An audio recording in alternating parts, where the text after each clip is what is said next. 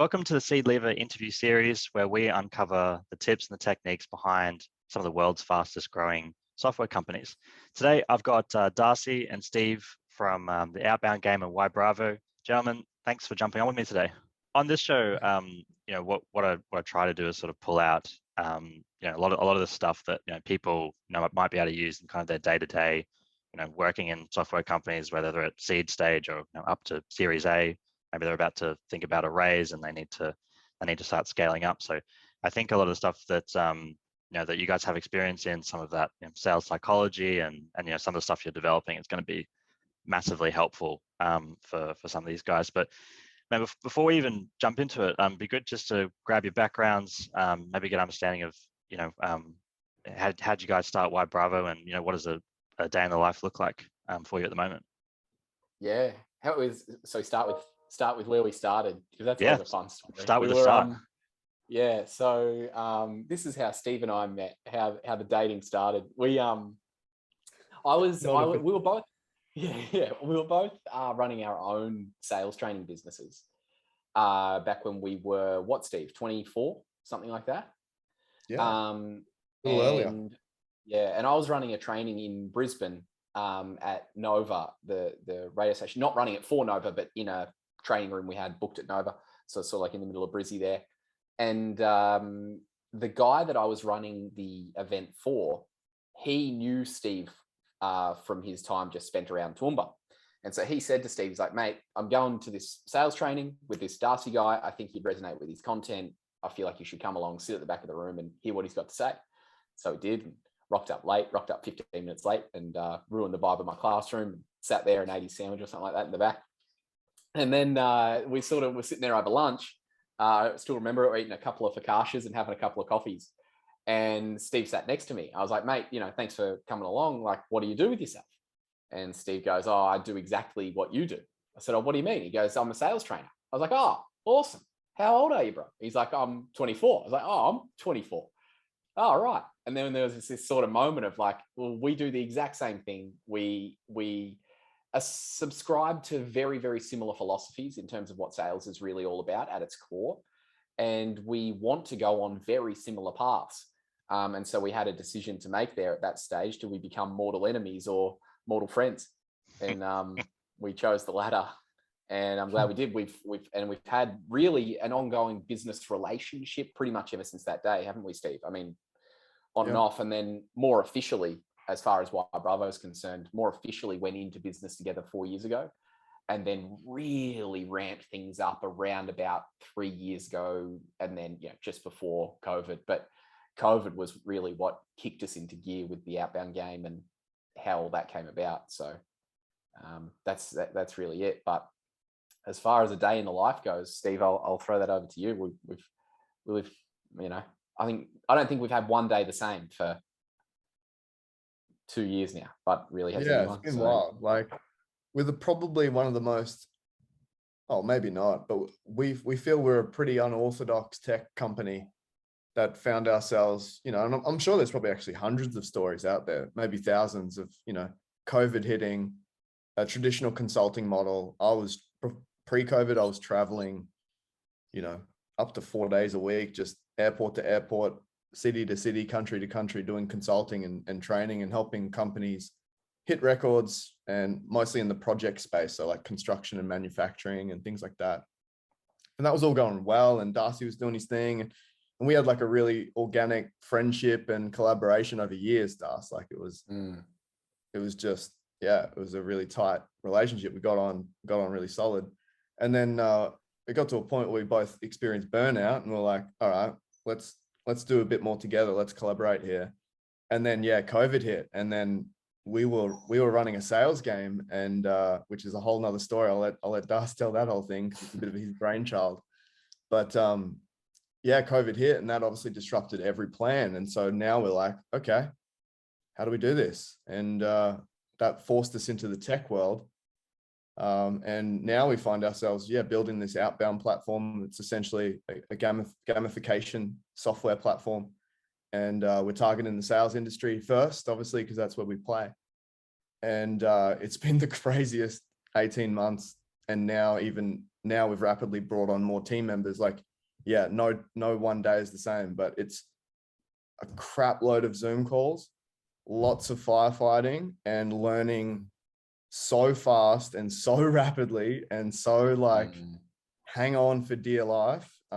It's been a ride, and it's just, we haven't even really started, and it's exciting, and it's growing fast. And yeah, so day in the life is, we're in Australia, as you can tell. We're a bunch of lads, so we're on all time zones though. We're in 6 different countries now. So, you know, Bryce, you're in the UK, so you're sipping coffees and we're sipping whiskeys because it's our evening. So we're all hours of the day, start to finish, lots of Zooms, lots of problem solvers, lots of building, lots of fun. So yeah. It does get to that point in the day, I think, doesn't it, Steve, where you're working, you know, in and out of Zooms, blah, blah, blah, all that, everything. And then you get the ding on your phone, like it's a Slack notification, or it's an email, or it's a WhatsApp message, or whatever, you know, all the different channels that people communicate with. And I would say at every point, every single day, you get to the point where there's just one ding too many, don't you think, Steve? Where it's like, oh, that one just tipped me over the edge every single day. And then we wake up and do it again. But you wouldn't have it any other way. Like, it's, I couldn't imagine any other way. It is the hardest thing I've ever done, the most unpredictable thing to do is build tech, is what we found. But we wouldn't have it any other way. And as Steve said, we're learning so much every single hour we work, really. For sure, guys. I think like so many people that, you know, listen to this would resonate with that. I mean, like, that's, yeah, you like to think that it gets better over time, but you know, depending on how it scales, it's the fires just get bigger, and you know, you just keep moving faster and faster. So and I'm learning handle that. more complexity. That's what it is. You just learn to handle more complexity, and you can somehow do it. Where if we had a time machine and you did the same thing, but you had 12 months prior, like, you would fry. Like, it's just somehow we get stronger. So yeah, and I'm learning this as well. Like, I think the older I get, the more I realize that, like you said, Bryce, it doesn't ever go away. It doesn't really get easier. You just sort of get somewhat stronger at handling or whatever. But you could have a nurse, a teacher, whatever, anyone on this call would be like, yeah, so all day, every day, I'm doing this, and I'm learning, and I'm struggling, and you know, and then one kid says something at the end of the day that tips me over the edge. It's like everyone has that job, yet when you're in your own role, you think you're high and mighty dealing with all these problems that no one else is. Everyone's got their full plate, that's for sure. You would find it yourself, Bryce, for sure, especially in first year of business. Yeah, I mean, I guess we'll have to talk to some. In fact, the only time you don't experience that, is first year of uni. That's the only year of your life where you're okay, and when you're on holiday, the world just seems to serve you a beer and you're okay. But other than that, carnage. For sure. So yeah, I mean, from my side, you know, I've been following, you know, a lot of what you guys have been doing over the past couple of months. You know, and it really strikes me, I think, you know, with what you've done with the outbound game and some of that stuff, which we'll get into. You know, it's clear that, you know, there's a lot that you guys know about, you know, coaching sales teams and getting them to hit their targets and all the stuff around it. I think it seems to me a big part of that is around sort of sales psychology, you know, which is an area I've been fascinated about. But it'd be good maybe for, you know, for people who are outside sales, you know, maybe they're just, you know, brand new salespeople. You know, can you give me a bit of a high level overview, or even a definition of like what do you talk about, and what do you consider to be like sales psychology? You know, what is it, and maybe what is it not? Yeah, nice, Steve. That's your area of expertise. Oh, absolutely not. No, I'm going to bounce that straight back to you. We've got a really weird dynamic, and people have either tuned out immediately or got our kind of dynamic here. It's kind of a couple of sides of the brain. So Darcy's background's all has been in psychology. My background's all been in strategy, and normally in sales, if you're new to sales, it's going to be the combination of the two. And that's what you're learning, and you're honing, and you're crafting for your entire career forever. It's going to be psychology of not only you, and a self-awareness type exercise to understand what are you great at, and what are you not so great at, and what do you love doing, and what do you don't love doing. So that's a whole thing. But then you got to understand the psychology of the person that you're trying to transact with. and they've got a problem that they need to solve, and delving into that is a fine art. But then the other side of the wheel, or the other side of the fence, is strategy, and actually putting measurables together, and next steps and actual things that you can do. And so it's the combination of the both, and that's why me and Darcy have done a lot of work together. But bro, you are the one about all psychology, so answered pretty well. Get on with your job, mate. You're not clocked off yet. So. The psychology side of things it's my passion. It's my love, and I feel as though, to me, a dentist would wake up every morning and think, how on earth are people not looking in the mirror at their teeth all day? To the most passionate dentist in the world, the whole world looks like a tooth, and everything looks like it's at risk of decay to a dentist. To me, I can't understand,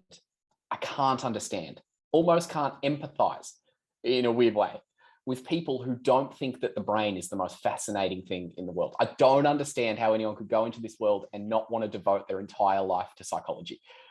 I'm joking, like I'm saying it like tongue in cheek, but a part of me truly believes that, because so much of what we're doing here, really, like, and on planet Earth in this life, is trying to figure out what the hell to do, what the hell the purpose is, what the hell we're meant to do next, what we've done wrong in the past, whether what we're thinking is the right thing, the wrong thing, whatever. Like, we're always trying to wonder how to stay on a track, whatever.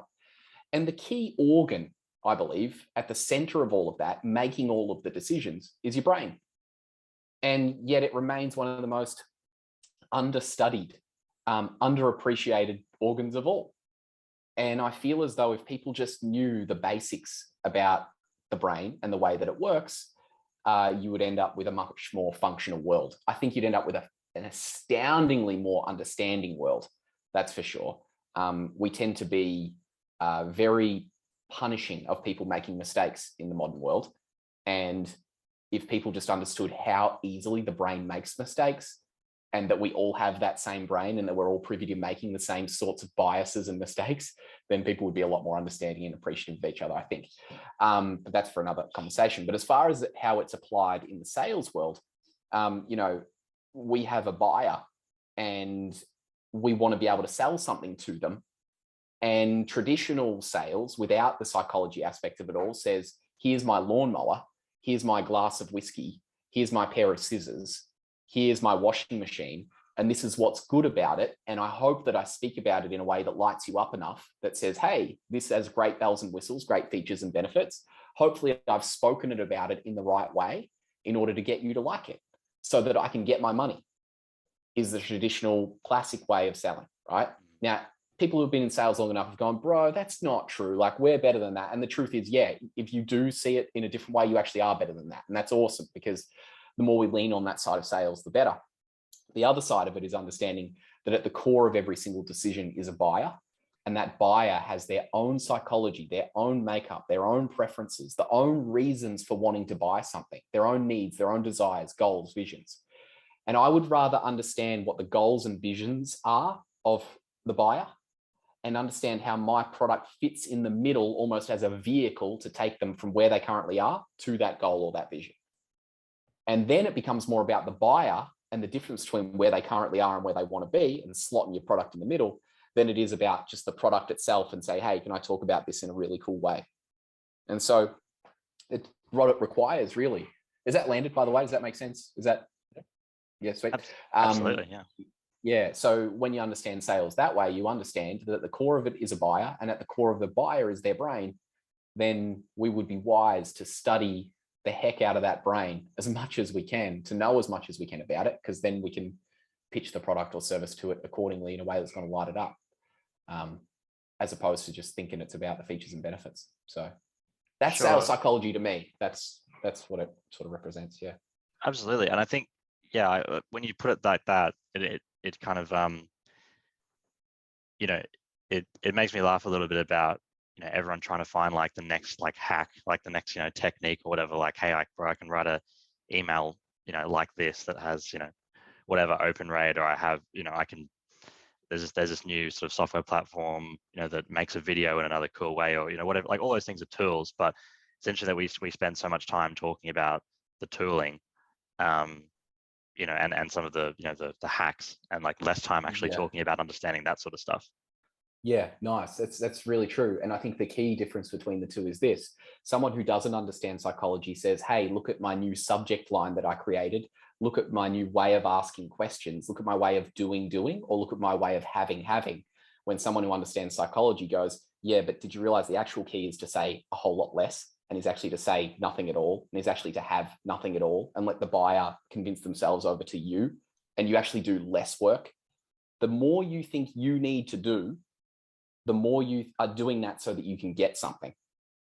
But if you realize that sales is all about the buyer and their psychology, you understand that you actually do less and get out of their way and allow them to buy. It's a whole backwards way of looking at selling when you understand psychology, because you realize it's not about you. It really is. Yeah, it is. I mean, Steve, how many conversations have we had this year? How many deals have we closed? Sorry, last year, I'll say this because we're just in January 22, but the understanding of when you connect with a potential buyer who is not really, they're wanting you to convince them. 95% of salespeople will try and do the convincing. They'll try and talk about how they need the thing, convince them they've got the problem, show them how their widget is like 10 times faster than the other one. When in actual fact, sales psychology just suggests you're far better off going, you know what, I don't think this is for you, especially not right now, given your situation. And all of a sudden the buyer goes, oh, wait, hang on. No, let's find out. And if you understand psychology, yeah, totally. Exactly. Who are you to take the opportunity away from me to buy that thing? Let me have it. And all of a sudden you've made the sale. And so understanding psychology realizes it's not about doing more and giving away more. In fact, it's doing less and sometimes taking away the opportunity to buy. But if you don't know the brain, you don't know to do that. So yeah, it's powerful stuff, man. We've just scratching the surface here, but we could talk for 4 days on this stuff, Steve. We often do. But yeah, we did. But it's important, I think, Bryce, you mentioned before, like, what is it not? And I think, we need to make one little asterisk here there, Das, just from what you've said there, what it's not is it's not a tactic. Well said. And I think that's the thing that so many people overlook when it comes to understanding psychology and what it really means to have a psychology-led sales process, right? Now, you can put psychology-led whatever or philosophy-led whatever, but people go into it and like, oh, teach me this so it's a tactic so I can get them to do this thing. It's not that at all. It's aligning so much more to the truth than so far, like, people just don't get to. For example, you energetically or mostly know within the first 5 seconds of a conversation with a prospect or a buyer whether they're a match or not.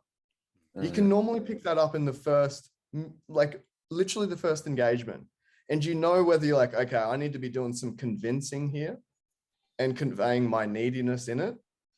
And they're like, all right, dance for me and see what you've got.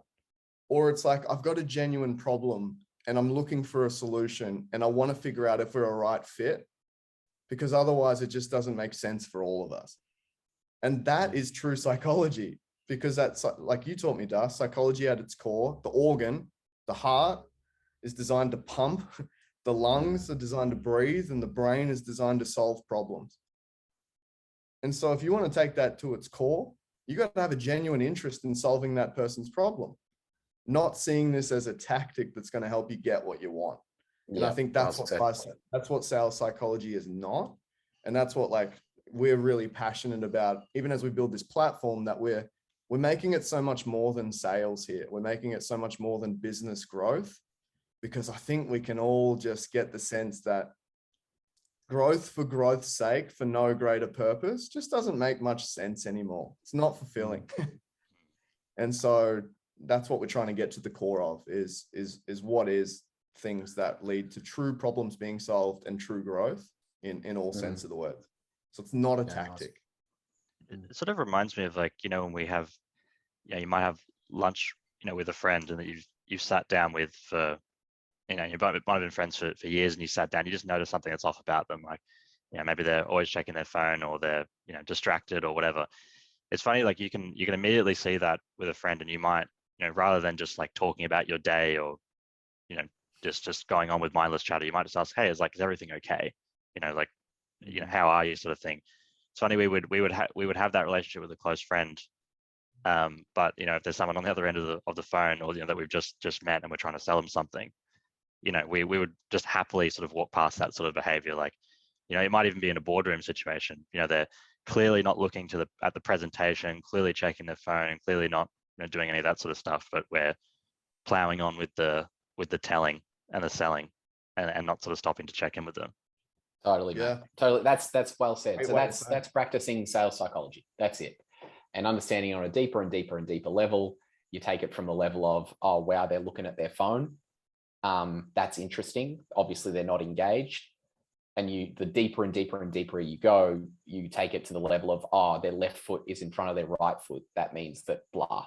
You just get better at picking up what cues mean something about someone. Because if you understand psychology, again, people are telling you at any one time everything that is going on in their world, by the way they're holding their body, by the way their tone of voice, by the way, all of it. It's all on show if you know what to look for, which is fascinating. It's such a fascinating field.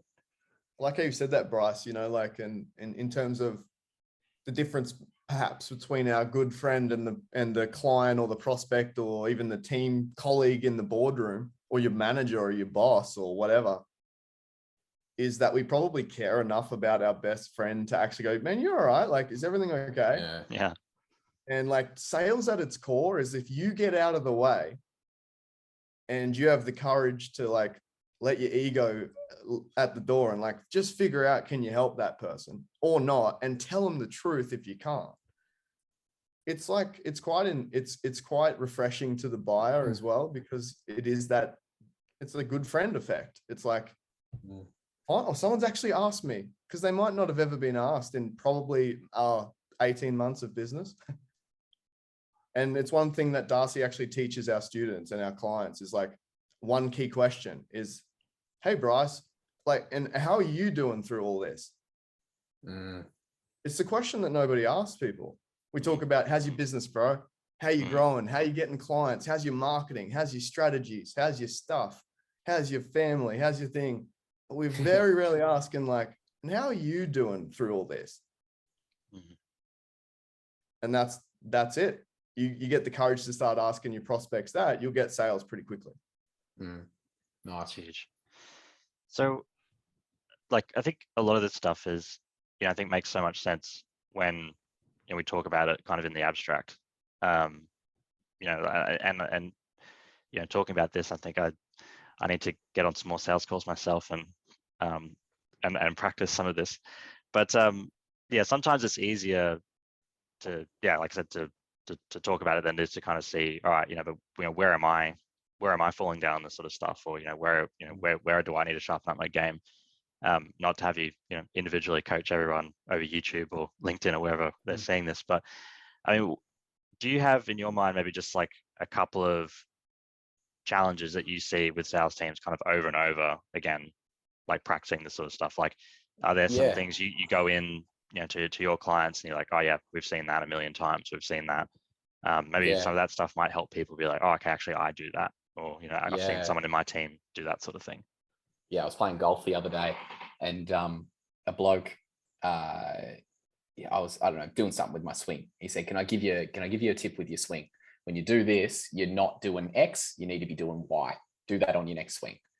Sure enough, thing goes, straight down the middle, and it's a pretty picture, and it's, golf's the greatest sport in the world again, where 10 seconds ago, I wanted to throw the clubs in the river and go home. So I thought to myself, how cool would it be to know golf so well that I could watch my own swing and just know exactly what I need to change, like these pros can? That's awesome. And I thought, actually, you know what? I probably can. I can do that in my own field, really, with the brain. So I'm glad you asked. But the golf swing change that a lot of people need to make, that's so obvious to Steve and I when we're working with teams, but they don't see themselves. There's two things. You will either be focused and really attentive to and find it easy to ask what are either called logical questions or emotional questions. You're usually good at one and not the other, and it's the other that you need to sharpen up in. Logical questions are questions all about the external. How are the numbers looking? What's the data say? How much time have you got? All of that, like all the stuff that can be measurable. You'll be either really good at asking that, or you'll be on the other side of the coin, which is you're really good at asking about the human being themselves, how they're doing, what's their experience that they're going through, how do they feel about things, and you'll get really good at that style of conversation. If you're really good at the logical stuff, so you can talk about the data, the numbers, etc., but you don't have the emotion, people will say to you a lot, yeah, all this makes sense, let me think about it. And you just say to yourself, you just said it makes sense though, so what is there to think about? What am I missing here? Right? What you're missing is the emotional, like gas in the tank, gas in the engine, coal in the engine to get the train moving, which is people going, yeah, this makes sense. And this feels right too. This feels good. Let's do this. That's what's missing, right? If you're highly adept at asking emotional questions and entering that part of their world, but you're missing the logical, what you'll get is people will make rapid decisions. So they'll say no really quickly, but didn't really necessarily mean it. Or they'll say yes really quickly, and then they'll call you the next day and cancel the sale. Because they were like, yeah, you got me emotionally involved, man. I loved the conversation, but you know what? When I think about it logically, this probably doesn't add up. Those will be the two experiences you'll be having, okay? So whichever one you're having there, you know you need to be able to ask different questions there.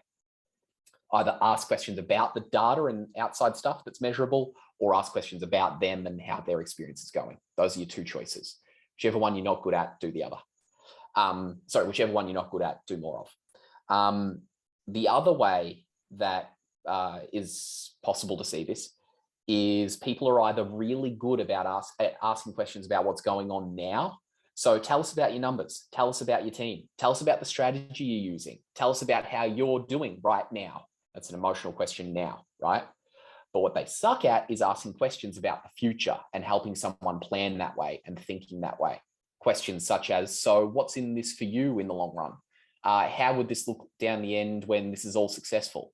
How will we know when we've completed this goal? All those are future-based questions, okay? So people are either really good at asking you what's going on now, or they're really good at asking you what are we shooting towards, but they miss the other again. And you've almost got 4 quadrants there, which is really interesting when you look at it. I wish I could visualize it on a screen here for you with a slide or something. We don't have it, but the 4 quadrants really are, you've got emotion and logic, now and future. So you've got like emotional now, which is a question like, hey, how you doing today, bro? How are you doing today? Versus logical future, which is, so what goals or what sort of numbers do you want to be hitting in 2 years from now? That's a logical future question.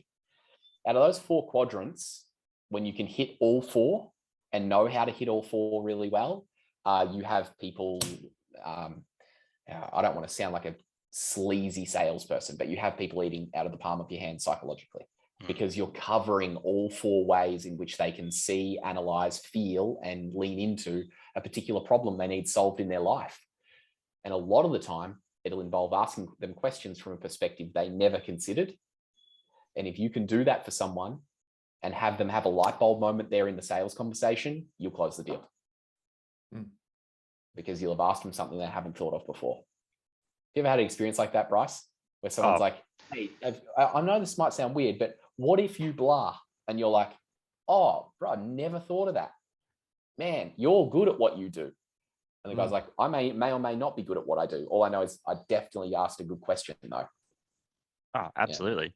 Yeah, I think some of the best sales interactions I've had is where it's changed, I guess, my paradigm around the question or around the problem. You know, I've like come in, I've like genuinely learned something that's allowed me to see the problem in a different way. Like it's that classic thing, you know, we're going into a sale to try to sell one thing, but you know, actually the problem is like all the way over here and we need to solve that, which like knocks down those dominoes, which, you know, comes off and solves that.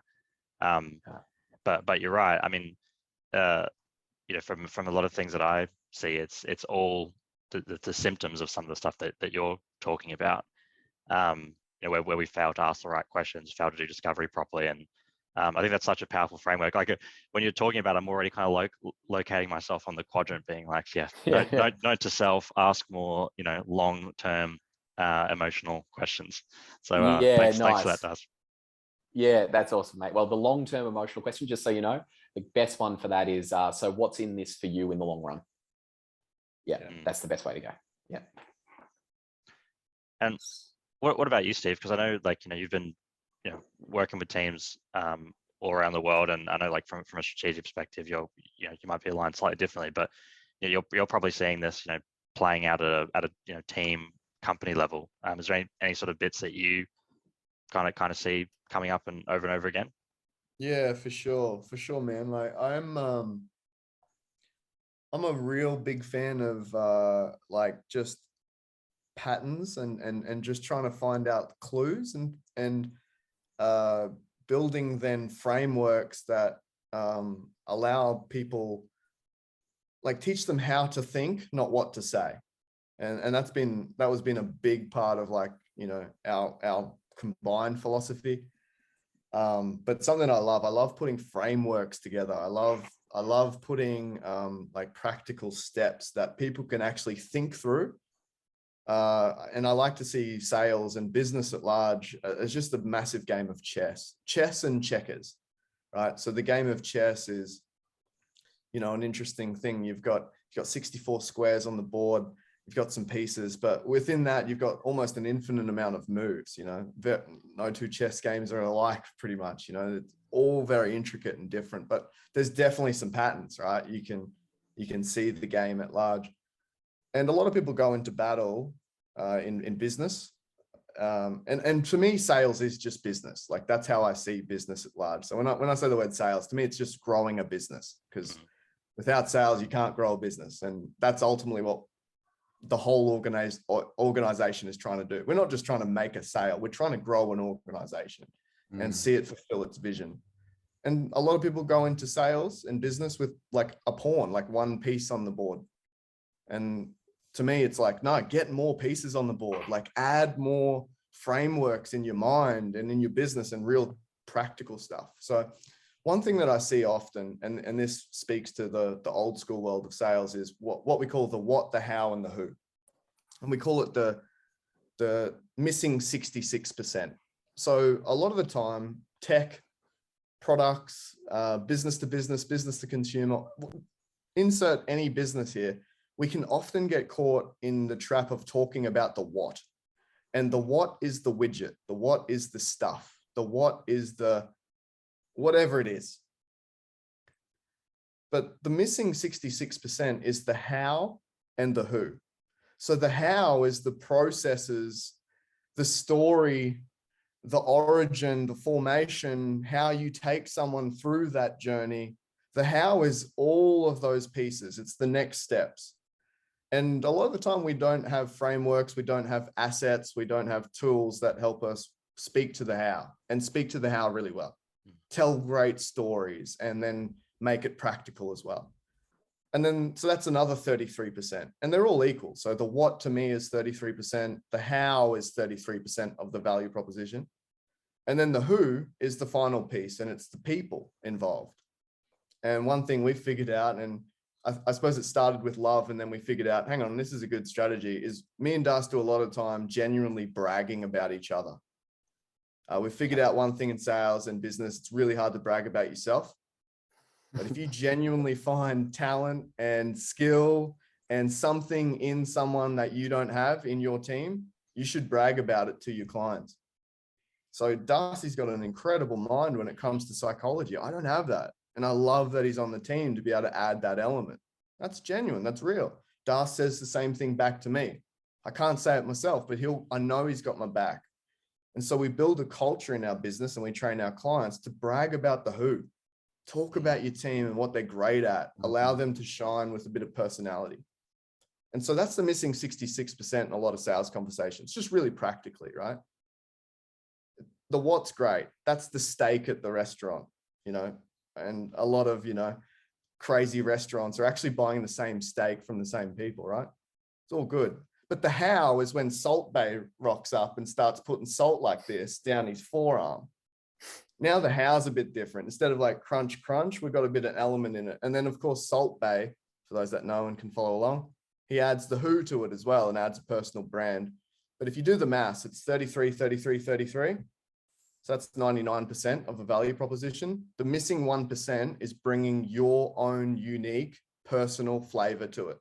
And that's just understanding who you are and realizing that you're one of 7 point whatever billion, and there's never been another you. So if you can bring your own unique giftings, your own unique talents, your own unique set of circumstances to the table, that's the missing 1%. And, you know, anyone that's been in sales for 5 minutes realizes that sometimes the difference between winning and losing was you put yourself into the deal.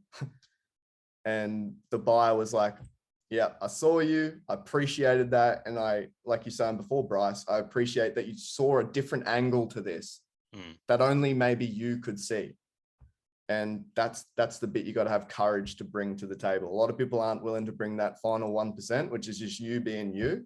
And we're all trying to figure that out as we go. But that's a practical framework. Less what, more how, more who. Brag about your teammates. Yeah, I think that's super powerful. It sort of reminds me of two things. I mean, it's something I've tried to practice more and more, kind of maybe as I've become more confident or, you know, whatever. But I think, you know, as I go along in my career, I'm more and more focused on like the sort of the authenticity element of it. Like, for going into a sale, you know, I want to tell the person on the other side the truth. You know, obviously in a way that they can sort of digest it and make sense of it. But you know, I really want my sort of authentic self to come through on that. But I think one of the reasons that supports me to do that is I realize that, you know, I'm not, and we're all not out there to sell to everyone. You know, it's actually, you know, as I've sort of looked at this more, I think it's actually like really good for some people maybe to look at your brand or even to look at you and just be turned off, you know, immediately. Because that's really good, because then, you know, maybe we're not best served to help that person and solve that person's problem. Like, why don't we go find people where we have a really good match? And yeah, I think a lot of salespeople spend an inordinate amount of time speaking to the wrong people, trying to convince the wrong people. So well said. But yeah, it just reminds me of that. I think it's, and maybe that goes into you know, maybe the psychology element underpins the confidence behind that. But yeah, it sounds a lot like that authenticity part of it. Yeah, you go through a couple of stages with it. Yeah, I think you go through a couple of stages with it, with the whole hater thing, or people that, you know, disagree with your brand or whatever. Is you sort of, the first stage you go through is like thinking that that everyone does like you. Second stage is realizing that there are people who don't. Third stage is realizing that you can use that to your advantage, being like, use your haters to your advantage, blah, blah, blah. And then I think the fourth stage is just like not even giving a damn either way. It's like, I don't know, I don't have to do anything with them. I don't even think about them. Just, you know, keep on moving. But I reckon it's interesting, Bryce. I think that's one of the first hurdles mentally that you go through as a business owner, is that first moment where you're like, I'm putting myself out there and there are going to be some people who really won't like me. How do I get through that? How do I be okay with that? For a lot of salespeople as well. I think that's why a lot of people don't get started. Bryce, you'd agree with this. Like, wouldn't it be the greatest thing in the world for the majority of salespeople to be building their own personal brands right now on LinkedIn? You know, like, wouldn't that just be such a good idea? Yet so many don't, because of that fear of what other people will think. Yeah, and I think also so many people don't get started, but also so many people don't even try. Like, they'll just post. Yeah, they're in this box, like a very small box of like, you know, I might just share sort of company approved blog posts. You know, I might just, you know, maybe there's a level up of that where, like, you know, when I have a work milestone, I might talk about it or whatever. But there's other people I love the most on LinkedIn are the ones, you know, like you guys. I was showing my girlfriend some of the Pokemon videos. For anyone who hasn't seen them, they're absolutely hilarious. And I will make sure to link to them properly wherever this goes. But I mean, that is such a good example of like putting yourself out there, like, you know, recording just content that is like genuine, like your personality has genuinely come through on it. it's so funny, and it's also like so relevant to the point where it makes me want to like share it with other people and show other people. I think there's something in there that we all need to try to replicate in building our personal brands. Yeah, I appreciate that. That's awesome. Yeah, they were a lot of fun to make. They were a lot of fun. No, I got to speak to that though for you, Darcy, because like the personal journey I've gone through transitioning from like a full-time consulting business, then into WhyBravo, and then WhyBravo now making the outbound like tech product. You need people around you that encourage you to be you. Otherwise, it's damn scary to go alone. And that's like, I think at the core of it, Darcy, it's like you understanding psychology at its core. You've helped me to come out of my shell and bring more of our own personality to it. And I think we're now trying to emulate that in the outbound community at large, but I think the main thing that really is at its core is it's not good for us to be alone, and if you want to add this human beings, element, you mean it's not good for human beings to be alone when you say us? Yeah, that's right. Yeah, it's not good for us to be alone. And if you wanting to add, like if you're listening to this podcast, you're like, yeah, I can see this idea of like me being me and making sales and growing my numbers and building a great vision in a business. Like you're probably listening to that and going, no, that's not possible. Yeah, because I had the same voice in my head until you kind of transition over a while. But you find your tribe, find your people around you that are like championing you to be you, because it's a courageous act. It's so much easier to put on a tie. It's so much easier to have the button-up shirt when you don't want to wear it. It's so much easier to put on some sort of facade in order to get some sort of outcome. Little do we realize that you can get the outcome and be yourself at the same time. But the leap between those two things, don't do that alone. Yeah. Like it literally will cost you friendships. It literally will. Yeah. I don't know how we got to that point, but worth it. Anyway, valuable. No, absolutely, guys. And I think, like I said, it's an evolution, and I think Steve's a great point to have support, while you do it and kind of go on that journey.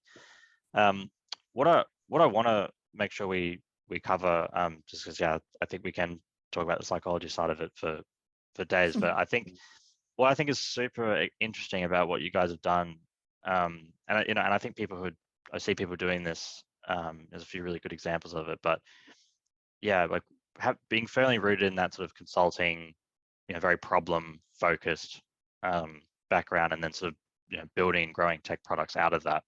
I think that's really where that's really going to be like the future of consulting. I think it's going to be embedded in products, and that help us scale. But super interested to hear, I guess, how you guys have taken some of those learnings and embedded it in the outbound games. Maybe if you could just give us a brief overview, what is it, and it'd be good to sort of hear, I guess, how you've kind of gone about building the product and who's it for.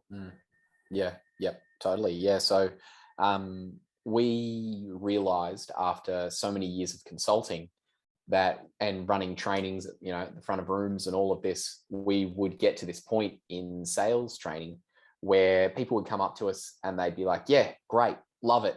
Like that strategy you taught me, that's going to change everything for me. Can't wait.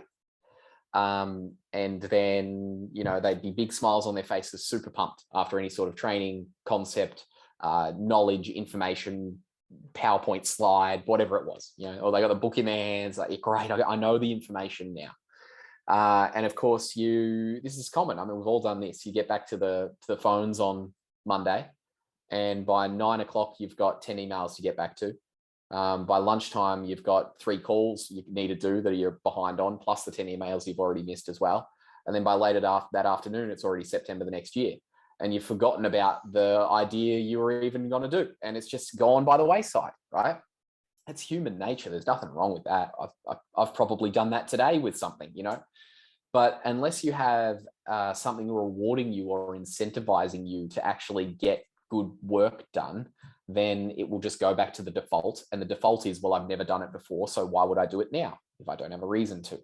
And so the outbound game was created ultimately to incentivize salespeople for putting in the extra effort and going the extra mile for their buyers with the activities and tasks that are really going to help shift the needle in sales results.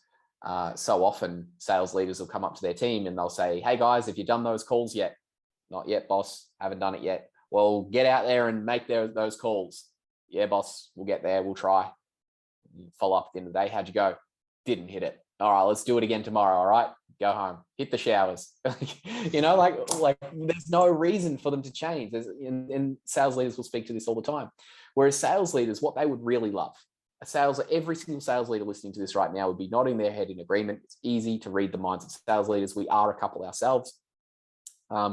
Which is all they want to know is that their team are self-driven and motivated from within, so that they can finally have the clear headspace, the clear diary, the clear schedule to think freely and start to innovate in the business and start to think a bit more, shall we say, brightly about the future of the business and what can be created, assets, tools, resources, all of that, to help the salespeople go make more sales.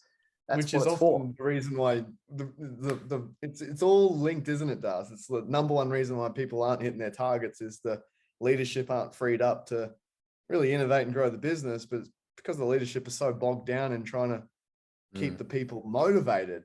And it's all, you know, it's this crazy cycle that goes on. That's it. So essentially the game itself in a really simple setting is it's an incentivization program more than anything else for salespeople specifically. And it rewards them with the prizes that they choose, like an arcade reward store when you were a little kid and you'd collect all the tickets and you take them up and you cash them in for an Elmo doll, you know, or 4 lollipops, 3 of which you don't even want the flavor of. It's like going up to the arcade reward store, but it's filled with all the prizes you'd actually want in there. You know, that you actually chose. You chose to put an Xbox in there. You chose to put new fitted golf clubs in there. You chose to put a round trip to Europe in there. Like, it's in there as your reward store. And so it really lights salespeople up. And ultimately they do the tasks and the activities to collect coins to pay for those rewards. And the rewards become redeemable only when the company is ahead of sales target. So the leader's happy because they're hitting sales target and they're rewarding their team with cream on the top, which they wouldn't have had otherwise. Sales team's happy because they're stoked because they're getting their rewards and they're putting in extra effort and getting better deals. And of course, the most autonomy around it, absolutely. And of course, the most important person in the triangle, which is the buyer, is having a far better buying experience because their salesperson is far more proactive in following up because they're collecting coins in the game for doing it. Whereas before they had no real reason or incentive to follow up Martha or Jerry, who wanted the thing, but they thought, oh, I'll just call them tomorrow. It doesn't really matter either way. But if they're getting coins for it today, you better believe they're doing it. So it's pretty cool. We're seeing extraordinary. We've personally been blown away by the results teams are achieving with it. We knew it was good. We knew the psychology of it was sound. We understand psychology of motivation deeply, and that's what we've built the product around. But it's blown our minds how much teams are actually running with this and becoming, shall we say, positively addicted to it, meaning they're becoming addicted to playing a game that is good for them, that's doing really good things for their sales results. So it's great to see. When I say addicted, I say it tongue in cheek again, but you know, we put exercise in our game for 10 coins. And then if you do 50 workouts in 90 days, you collect the Rocky Balboa badge, which is full of bonus coins in it. And so, like I say, we're addicted to something that's good for us. Is, man, we can't stop working out. We can't stop exercising. Like, I have to make sure that I collect my coins doing that every single day, because I know Steve's rocketing up the leaderboard, collecting his coins for exercising and making sales calls all day as well. So it's great fun, man. It's great fun. Yeah. Yeah. I just think this is such an incredible idea. And I think there's something in it as well in the uniqueness and kind of how you've come across it, because you know, if you think about like the sales software, sales tooling category, it's absolutely exploding right now. Like you know, if you could almost, they could almost open a shop where you could go in there and, you know, have your selection. Like, oh, I've got, you know, predictive dialing software. I've got, you know, voice AI software. I've got coaching. I've got, you know, integration stuff. You know, to my understanding, and maybe this is my lack of this corner of the market, but there's just hardly anything, if anything, like this. Out there. I mean, I don't know if you could speak to like how you guys, what your experience has been like building it and how you guys kind of took the leap to build this into a product, because this is it feels so different to everything else that's out there. Yeah, well, it's been we say it's like, it's funny, you know, we're what are we recording here, 13th of January 2022, is that right? This whole COVID thing, it's hard to know exactly what year you're in. So 2022, it's interesting. We say, like, we said to ourselves January 1 2022 was day one of our company, although we've been building the platform and iterating over 18 months. But before that, it's been 10 years in the making. You know, I grew up playing board games, and I've been a gamer my whole life, and I've made my own card games, and I'm right into Pokemon, and like, it's all this like weird kind of, if I didn't grow up with two older brothers and being a 90s kid and getting a NES when I was 4 years old, because my brothers were way older and I was just hitting Mario, and then fall in love with board games, I would never really have got into the idea of like designing and building a game. Then you get the weird pairing of knowing someone like Darcy and then hanging out for years and then working with sales teams for 10 years. Like, it's just been the most organic, weird thing. And I think you nailed it, Bryce, when you said, I think the future of consulting is if you figured out how to solve a problem, if you figured out how to solve a problem and you know in your heart of hearts, I can get a predictable result out of this, take your idea and turn it into a platform or a product that empowers you to multiply yourself. Tech up, problem do it to yourself. You're a genius, but there's one of you. So put your IP into something that works. So in terms of going back to your question, the way that we've kind of built it is it's this weird combination of how do we create work to be a home away from home, where people genuinely are excited to do great work. And I think the key word is doing great work. There's a difference between work and great work. And I've got 2 young kids, and we've just started homeschooling for the last year or 18 months, and due to COVID as well. Like, and we would never in a million years thought we'd start homeschooling, right? But I see the monumental growth and learning that my kids have had. You know, they're 6 and 9 now. And they learn through play mostly. We're designed to play. Everything is designed to play, yet we make work so task oriented. And so it was a really organic kind of combination of our methodology, Darcy's uniqueness of psychology, and then my sort of strategy, game building ideas, creative kind of ideas around it. And it's been this weird mash together. So when you say, I haven't really seen anything like it, it's because you've got a couple of weird dudes that have thrown some ideas and 10 years of experience into some weird idea. I don't think you could land here without we've stumbled on it, lad. That's what's happened. Yeah. We often we don't joke. I would like to say that we joke, but we really don't. We feel as though the idea was given to us. You know, Steve's quite a religious man. I don't, you know, we have go deeper into that, but Steve's quite a religious man. I don't really subscribe to any faith or religion specifically, but we very much feel there was, we feel very lucky and blessed. Let's just put it that way. This idea came to us. We didn't sit there and jot it down on notes and try and figure it out. We just got started, and before we knew it, this thing was building itself. And we feel as though we were just the engine it was being built through, as opposed to it coming from us, if you know what I mean. So, yeah. All right, absolutely. And maybe it touches on the authenticity point as well. Like, you know, there might have been some people who, you know, a lot of people say, well, you know, the category doesn't exist. You know, maybe there's no money in it, or, you know, maybe it's not as good an idea as we thought. I suppose with you guys, you can at least sort of get validation from customers. But you know, maybe on that point, like what kind of results have you seen? I mean, what are there typical results? Are there, I don't know, is there anyone in particular that kind of stands out to you? Yeah, we like to tell. Yeah, we like to tell a few stories with it, just as examples. Our first initial one of like, wow, this thing works, was a company over in the UK that were £800,000 behind their target with 8 days to go. Is that right, Steve?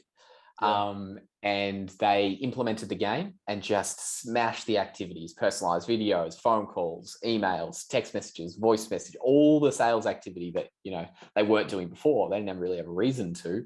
Now they were collecting coins in the game. They were going wild for it because, of course, the coins were helping them collect the prizes they wanted to collect. And not only did they come back and close the £800,000 gap in their sales target, they went on to smash their company record for a month in sales that month after it, which was pretty cool. That was when we were like, okay, this thing's pretty cool. On a more personal, individual level, we were chatting with and there's so many stories like this. I'm only selecting just a few, but we were speaking with a leader recently and he got knocked out with the flu. And he was just in bed, could hardly move, got that feeling of anytime he moved his eyes, it was like someone was just belting them with a hammer. Like he was out of it. He could hardly move. And he thought, how the hell am I going to motivate this team from the bed? And his wife was a bit crook too as well. So he had to take care of her. And he was just in a world of hurt in his home, could not even bear to think about work. And so he sent an email to the team. And he said, what's going on with your sales? What's up? And they all, wrote back and said, sorry, boss, not much going on. Really can't, bring home the deals today. Really not, the buzz isn't here. No one's answering their phones, all these excuses. And he writes back one email and he says, whoever can bring in, any deals brought in today over 20K are worth double coins in the outbound game. And all he did was he went into his outbound game. He just updated the coin count for the sales and updated the activity. Like 1,000 coins. Anything over 10K GP. Anything over 10K GP, 1,000 coins. And then how many sales came through by the end of the day, Steve? People like emails coming in, got it, boss, landed this one happened, blah, blah, blah. It's like, man, the sales were sitting there. It's just that the motivation wasn't. This game solved the problem. And then another favorite story is, I was just thinking of a company over in New Zealand. I was just sort of speaking with them earlier today, but they hit a record quarter for October, November, December. A record quarter, just absolutely smashed it towards the end of the year because they implemented the sprint. The best part about this story was this was their third sprint that they were done. A lot of teams play it in a 90-day sprint and then you start again, you start a new game. And this was their third sprint. So by the time it got to their third sprint, they'd had their first, polished it, had their second, polished it. Their third sprint was like the most perfectly put together game designed for their level of motivation. And they absolutely smashed it, just crushed it and just hit a record quarter, to finish off 2021. And we were stoked for them. Like, it's just so good. Stories like this, you could go on forever, but it's really cool to see how different teams use it to generate results. That's the fun part, hey, Darcy. Like, because we went out wanting to build an engine that you could customize specifically to your bit, like whatever you wanted to drive. Like my kids are nagging me to creating the pocket money game for them where they can, earn coins for, cleaning their room and doing their homework. And I'm like, all right, sure. But we got to put, 8 coins for every time you bring dad a cup of coffee, and they're like, yeah, done. Let's put it in the game. It's long-term going to be an engine to turn. And they just want to buy Pokemon cards, don't they? They just want Pokemon cards, right? Which I want anyway. So I'm the win-win here. I'm the leader, right? This is great. But it's just a lot of fun of the customization. And that's been a really, a pleasant surprise to us of building the community around it and learning how everyone's using it in their own unique ways. So it's kind of we're at a really fun stage where people are taking it and molding it and forming it into ways that we didn't even imagine, and that's really the exciting part of the brand and the platform at large is who knows where it could go and where people could take this as an idea or as a platform and use the platform to gamify whatever they want to drive. It's really exciting times, but we're just having fun with the sales world right now, and that's keeping us super, super busy. It's a ball. Guys, this is awesome. I'm so pleased to get to chat to you. And I'm so excited to try the product as well. Hopefully, if you allow me down the line. But what I'll do, I'll be sort of respectful of your time and we'll wrap here. But tell people, I guess, where they can connect with you guys and how they can get their hands on the game. LinkedIn's the best Yeah. place for Yeah, sure. LinkedIn. So We're Steve quite Claydon active. and Darcy, Steve Claydon and Darcy J Smyth on LinkedIn. Yeah, that's Search where for we're the hanging out a outbound. lot. You search for the outbound game, you'll find us. Yeah. Yeah. And we're quite active on LinkedIn. We have a lot of fun there, and yeah, always open to chat and share ideas. And yeah, so yeah, LinkedIn would be the best for sure. Awesome, Sure. guys. Until then, enjoy the Pokemon videos. Yeah, and I'll have to link those. In. People really do need to see them to actually understand what I'm talking about.